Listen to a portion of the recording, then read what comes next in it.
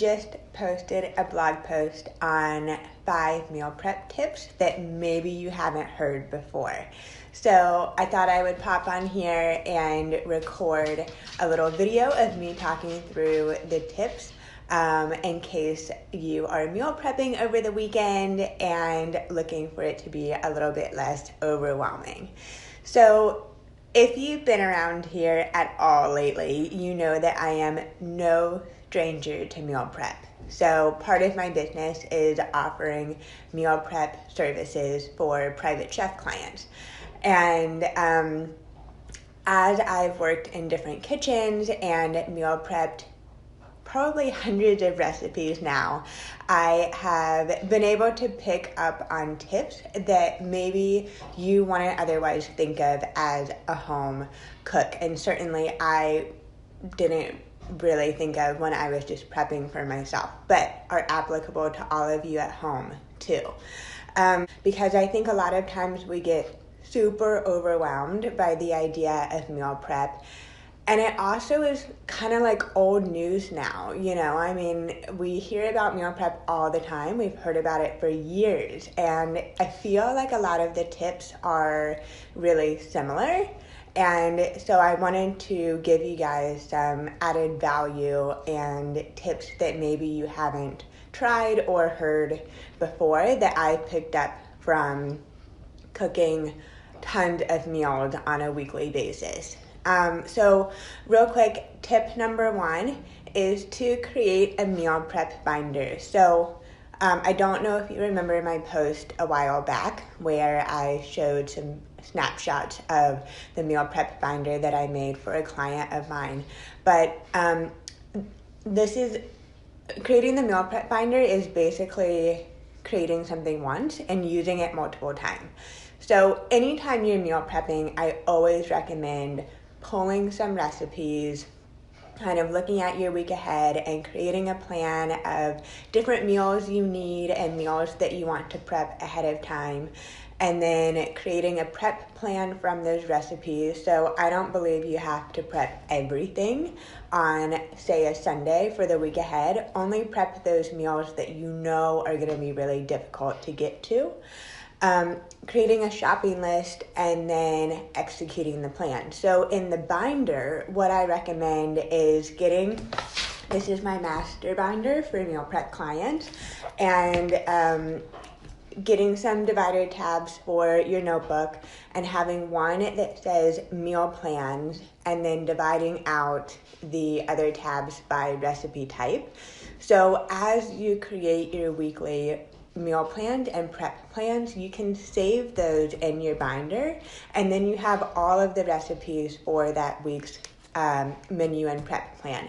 So once you've done this 4, 5, 6 times, you can just rotate through these things and you already have everything you need in this binder. So in my binder, I also have recipes in, you can see it, these plastic protectors. So again, preserving the quality of the work that you've already done.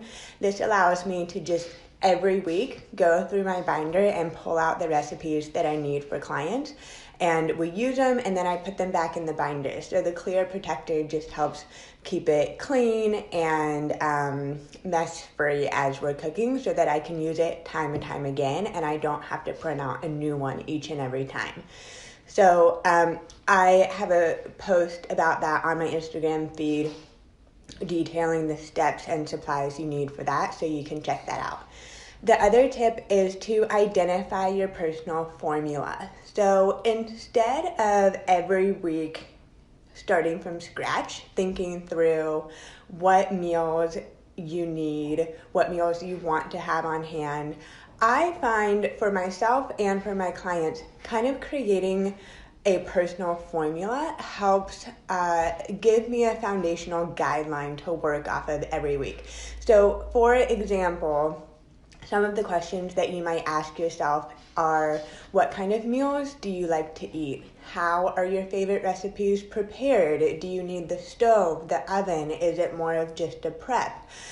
So these questions play into your personal meal prep formula. So for myself, I know that my formula is a soup, some mason jar salads, a main dish recipe like maybe a lasagna, and an extra. So a muffin, overnight oats, something that I could have for either a quick breakfast or snack on the go. So that's all I need for one person. For my clients who are feeding more people or want more meals, we may add in another main meal recipe or two and maybe another extra. But that's kind of an example of what a formula would look like. The third tip is to pick a culinary theme. So a common question that people ask me is, how can I save money with meal prepping, and how do I avoid a lot of waste at the end of the week? So a good way to do this is to pick a culinary theme. So this will help you avoid having to get a million different ingredients at the grocery store. And you're going to find that you're using a lot of duplicate ingredients in your recipes by following a theme. So for example, in my blog post, I have these outlined, but let's say we want to do Italian. So we could prep my Tuscan veggie detox soup, the antipasto mason jar salads, the hearty mushroom walnut bolognese, and overnight oats. So this would be an example of how to meal prep around a culinary theme and use similar ingredients. So my fourth tip is to SemiPrep. This is a huge time saver when I'm cooking for clients and also for myself. So what do I mean by this? So depending on the recipe, we will either make it from start to finish and then you can just reheat it, or we'll make it up until the point of baking. So recipes that are really good for this semi-prep idea are my infamous salmon seafood parchment packs, which I will be posting about those on the blog soon, but I also have a cooking tutorial in my feed about how to make those. They're super simple, so easy, great to make ahead of time, and you can cook them on demand. So parchment packs, lasagna, enchiladas, basically anything in a casserole dish that then you need to bake and finish off. You can make it up until the point of baking and then save yourself about 30 minutes by storing it in the refrigerator as is and baking on demand. So not only will this save you time, but it will also